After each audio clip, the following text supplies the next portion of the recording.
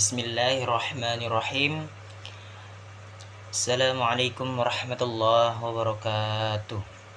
Rabbi shrah li sadri wa yassir li amri wahlul 'uqdatam min lisani yafqahu qawli. Amma ba'd. Perkenalkan, nama saya Azam Syamil Basayev. NPM saya 41182911230001.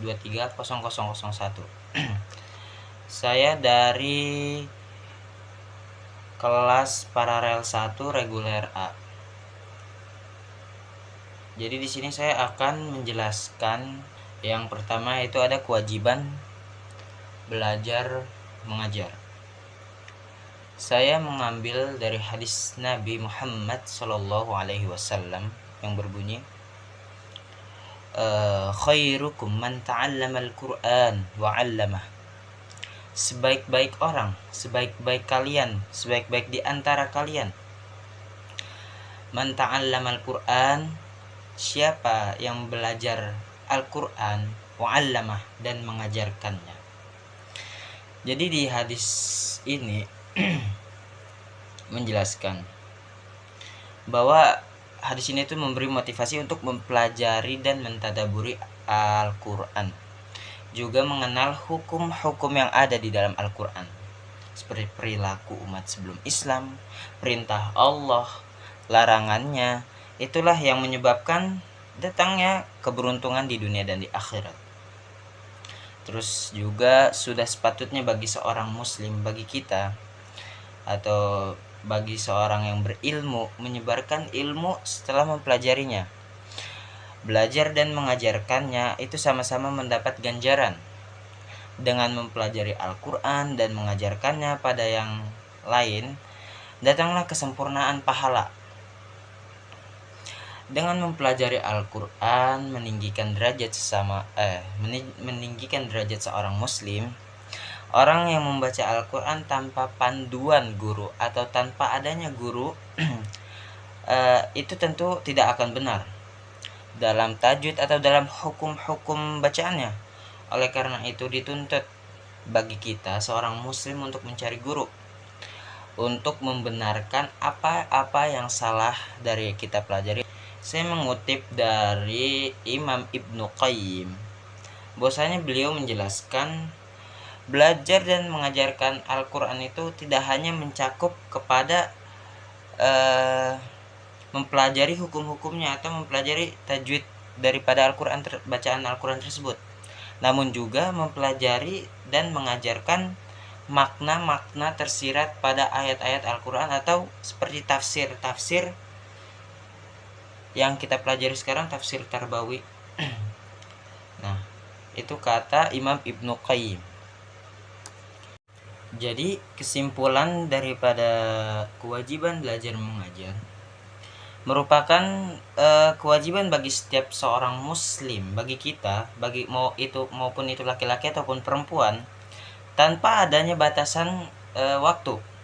Ilmu yang diperoleh dari proses belajar tidak hanya membantu menyelesaikan masalah dunia, tapi juga mengangkat derajat seorang di hadapan Allah. Pendidikan dalam Islam mencakup agama dan ilmu-ilmu dunia, dan dilakukan sepanjang hidup. Dengan ilmu, seseorang dapat mempelajari akidah, ibadah, dan akhlak, sehingga memudahkannya meraih kebahagiaan di dunia maupun di akhirat. Nah, yang kedua yaitu ada ideologi atau landasan ideologi pendidikan. Jadi yang saya dapatkan dari materi tersebut yaitu Pancasila sebagai landasan ideologi pendidikan. Berdasarkan historis, Pancasila merupakan ideologi dan pandang hidup bangsa Indonesia, digali dari tradisi dan budaya yang tumbuh dan berkembang dalam kehidupan bangsa. Batang tubuh Undang-Undang 1945 merupakan ideologi atau landasan konstitusional karena dasar negara terdapat dalam pembukaan Undang-Undang 1945.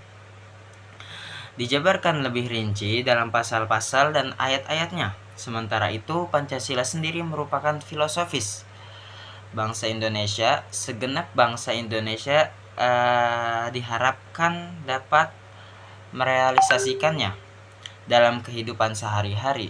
Terus juga ada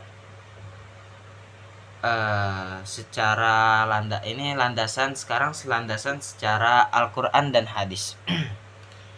Jadi ada ideologi yang berlandaskan Al-Quran dan hadis terbagi menjadi 5, yaitu ada tauhid, kemudian akhlak, wahdatul ulum, tanggung jawab, dan ibadah. Jadi itu di situ ada penyatuan antara agama dan sains atau ilmu-ilmu yang lainnya yang terdapat di ideologi tersebut. Jadi kesimpulan dari materi landasan ideologi pendidikan yaitu untuk membentuk manusia yang beriman, bertakwa, dan berakhlak mulia dan memiliki pengetahuan yang komprehensif tentang ajaran Islam dan ilmu-ilmu pengetahuan umum. Mungkin sekian dari apa yang saya dapatkan dari 2 materi itu. Kurang lebihnya mohon maaf.